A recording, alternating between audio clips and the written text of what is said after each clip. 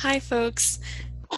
Today we are starting chapter 9, which is about internal regulation, all about how our body keeps a lot of very important values in a very short range.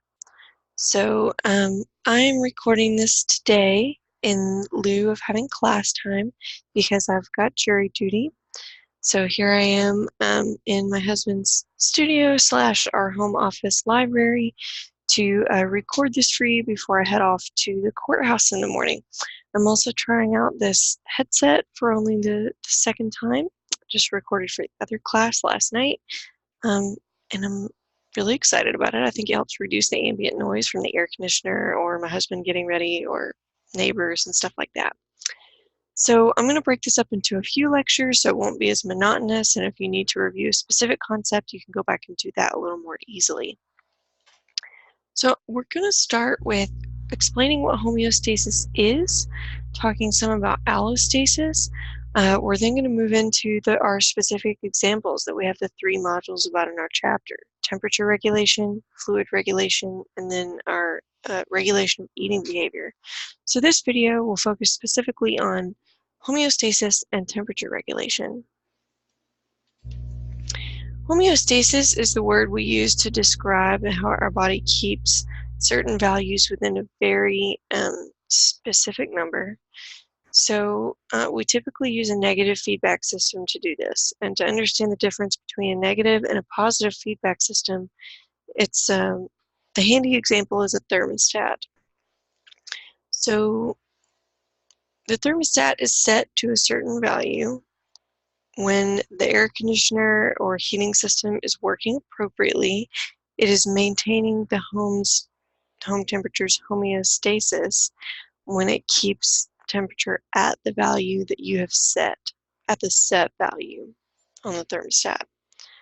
Similarly, our body has set values, and both the thermostat and our bodies use a negative feedback system to maintain this value homeostatically.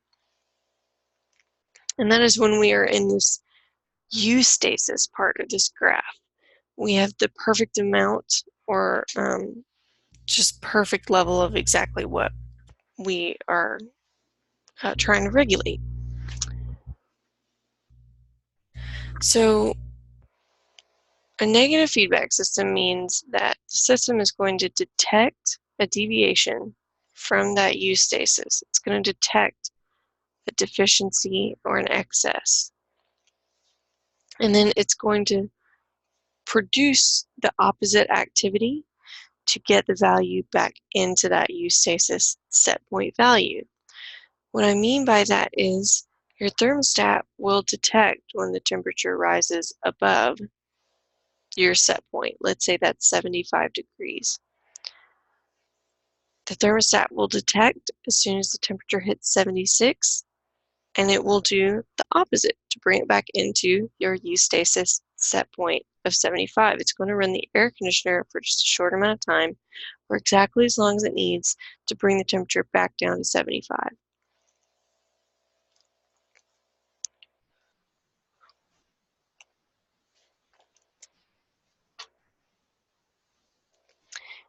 We also have what is called allostasis, and this is when the body allows a homeostatic value to have a little bit of a larger range sometimes, not quite as exact.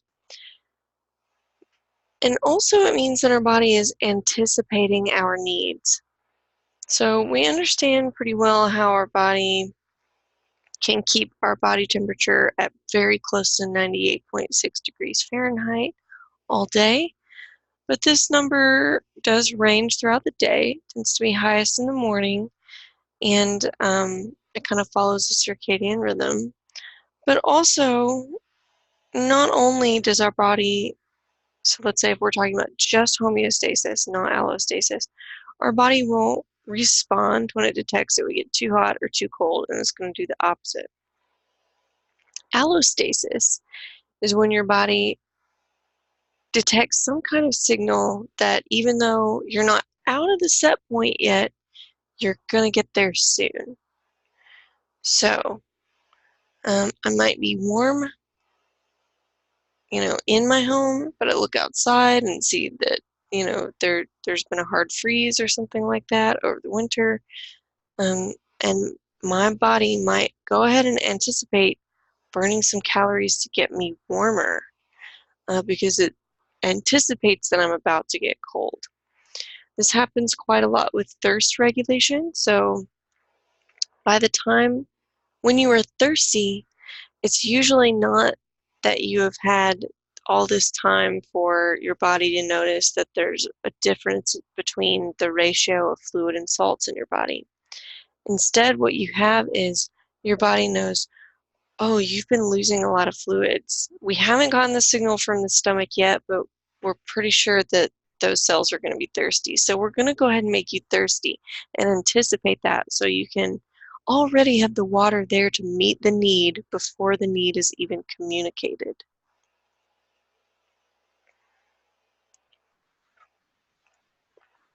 So moving on to thirst regulation, or I'm sorry, temperature regulation specifically, we have two different types of animals in terms of how we regulate temperature. We've learned this, in elementary school, that there's what we call cold-blooded or ectotherms, and warm-blooded animals are endotherms.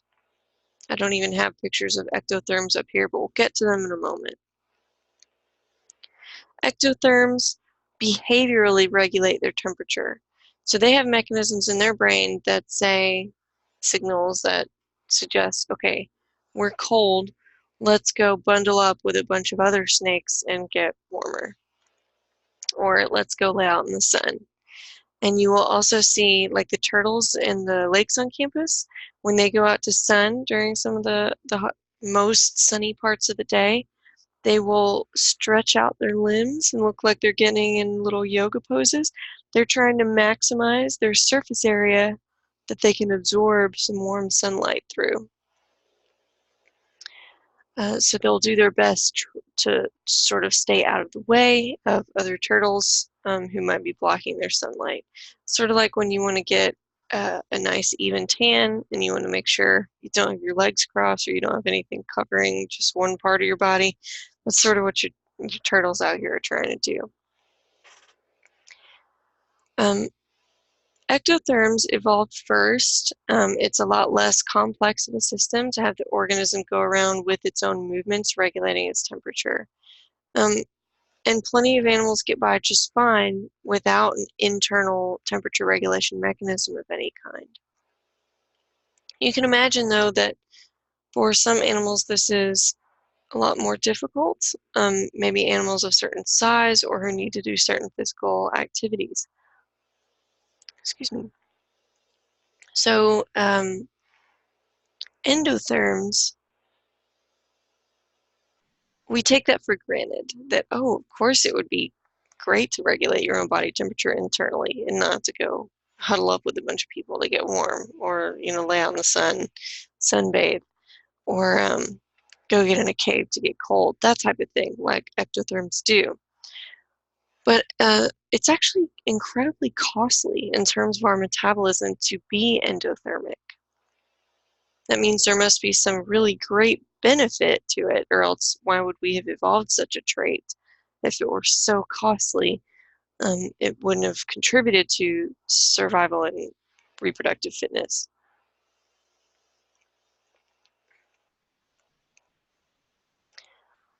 Um, and I mentioned that it's costly because 2/3 of our calorie usage and energy expenditure in our body just goes to maintaining our body temperature. So you will burn a very large number of calories every day just to keep your body temperature, no matter what you do. That's called your basal metabolism, or your basal metabolic rate is how many of those calories you're burning to keep warm and to maintain all these little functions that your cells are doing. So if you're on that typical like 2,000 calorie diet or whatever, again, this is 2/3. So that's going to be, you know, at least, I'm so not good at mathing on the point, but at least, 1,500 of those calories every day would be just maintaining basal metabolism, and the rest would help support you moving around if you were sedentary, not moving around a lot. So we have to eat a lot more often than reptiles and fish do. You may have noticed this if you've ever had a reptile for a pet. They only have to eat every few weeks, some of them, like a snake, you just have to feed it every few weeks, because they're not spending all that energy maintaining just their body temperature. We are extremely expensive animals, especially in colder climates. We just radiate all this heat that we're generating.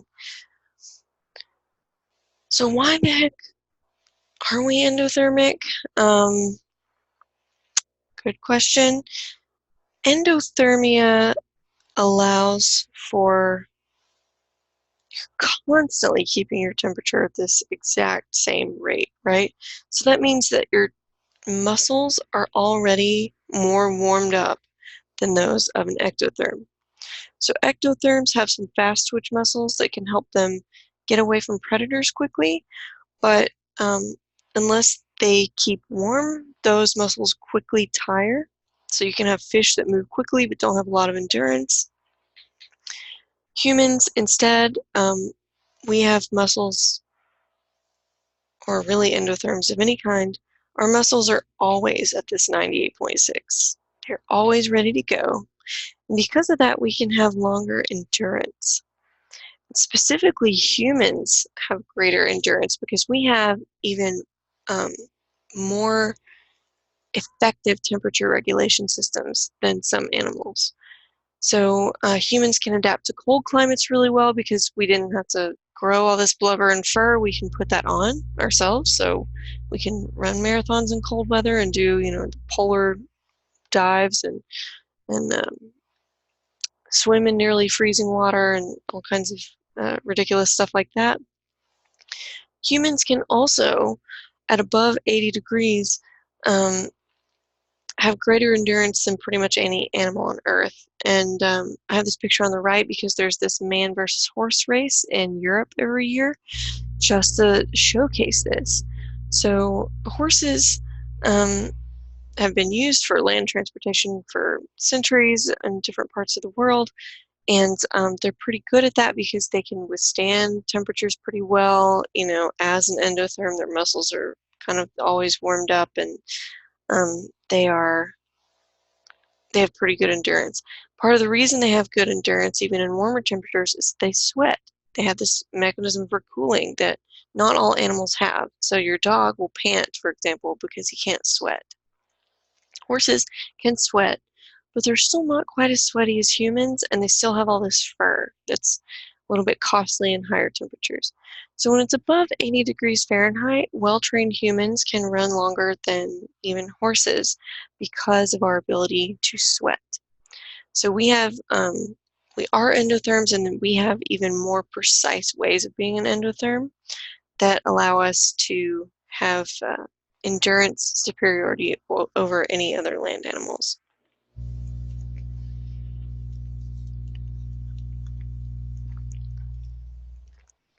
So how do we maintain this body temperature? Well, we have a few different ways of detecting it. We have a couple of different thermometers in our body. We have the hypothalamus is one that is your thermostat unit. It's got the thermometer and set point, and it's going to control it from there. But we also get temperature information from the skin. So your entire skin, as like an 8-pound organ or whatever it is, right, is a thermometer. And your spine, you have temperature receptors down your spinal cord as well, which tends to be why you get those shivers down your spine. One part of your spine gets a little bit cool, like the back of your neck, it will sort of just go all the way down your spine, and your body will quickly try to move and shiver to warm itself back up. So we have 3 ways of making sure that we maintain our body temperature, because it's so important to keep it in this very, very narrow range If we fall too far outside of that, it can be very dangerous very quickly. Our cells won't work appropriately. So it's important that we have backup systems. If for some reason the skin is not giving us the information that we need, we have the spinal cord, and then we also have the hypothalamus. It detects the temperature of the blood itself. So it's a pure homeostatic mechanism. By the time your blood temperature has changed, you need to change it very quickly, right? You're already outside of homeostasis. But your skin and your spinal cord help detect in an allostatic way. Maybe before you've had time for your internal temperature to change outside that range, you're anticipating it. Oh, my skin is cold, therefore my hypothalamus is going to act just as if it's already received cold blood, even though it hasn't. It's going to start bringing my body temperature back up. Even though it's hot weather, I keep talking about being cold just because it usually is indoors for me. So I think this picture illustrates the negative feedback system pretty well and illustrates that it's the hypothalamus that is keeping up with this for us. Here's just a snapshot, a quick preview of the anatomy that we're going to look at for other parts of the chapter. Not all of this by any means, by the way, but just to let you know, the areas for temperature regulation, we're looking at the anterior hypothalamus here. These are all a lot of different pieces of the hypothalamus. We're looking at the anterior hypothalamus. And then in future parts of this chapter, we're going to be talking about the supraoptic nucleus. The medial preoptic area comes up in parts of the chapter, but we're not really going to talk about it in lecture. The paraventricular nucleus also comes up in the feeding part of the chapter as well. What I want you to know about feeding really is that the cells that stimulate hunger are going to be in the lateral hypothalamic area. That's as far as we're going to go with that. Here's another body temperature related one, posterior hypothalamus, and then we have several related to feeding. And remember our suprachiasmatic nucleus? That's our little internal clock. That's above supra, our optic chiasm, our optic nerve crosses over. That gives you a little piece of, little bit of a map or a landmark as to where we are in the brain.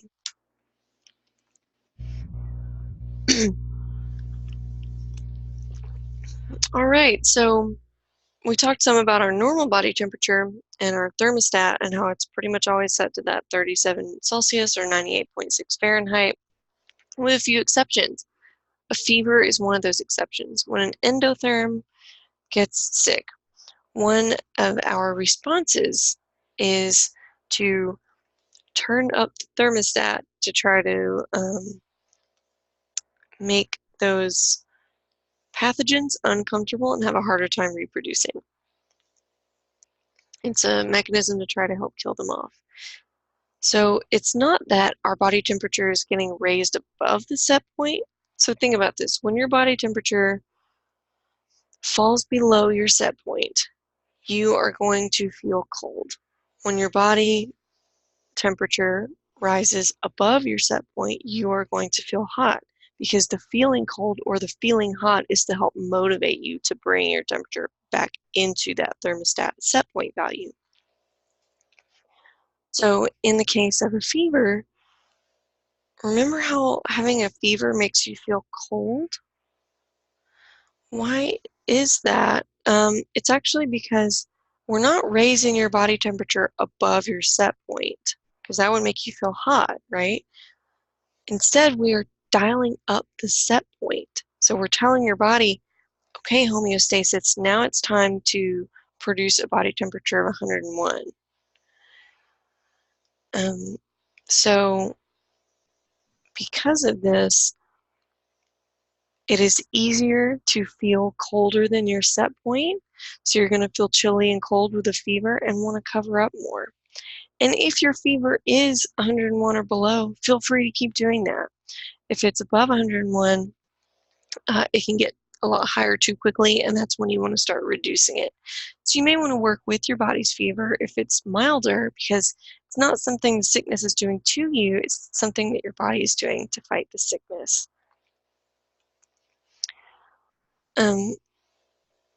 So what happens if you are An ectotherm. Can you raise your body temperature to kill pathogens?